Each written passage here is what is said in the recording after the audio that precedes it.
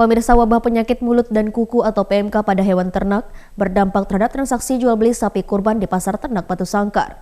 2 minggu jelang Hari Raya Idul Adha, penjualan sapi menurun drastis dan kondisi pasar ternak juga lesu dari pembeli sapi.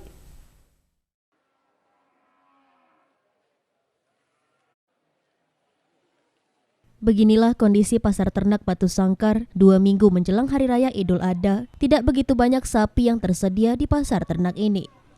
Dibandingkan kondisi normal, aktivitas jual beli sapi jauh menurun dan terlihat lesu. Zulfahmi, salah seorang pedagang ternak, mengaku penurunan aktivitas jual beli ternak khusus hewan kurban menurun drastis jika dibandingkan dengan tahun lalu.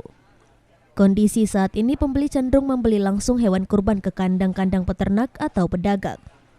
Hal ini juga disebabkan pembeli tidak mau mengambil resiko memelihara sapi hingga hari pemotongan hewan kurban tiba karena takut hewan kurban tersebut terpapar wabah PMK. Informasi petugas pasar ternak, aktivitas saat ini memang tidak seramai dulu. Jika dalam kondisi normal, jumlah sapi yang masuk ke pasar ternak bisa mencapai 1.000 ekor, namun saat ini hanya kurang lebih 300 ekor satu kali pasar. Di tengah wabah melanda, petugas masih menemukan sapi bergejala PMK dan tidak diizinkan untuk masuk ke pasar ternak.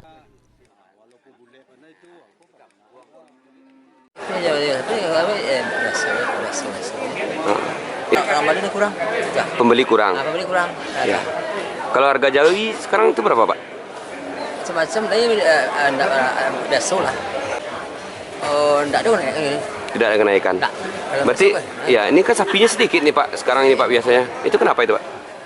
Ya, Pak, enggak ada. Jarang. Dari Kabupaten Tanah Datar, Sumatera Barat, Agung Selistio, iNews melaporkan.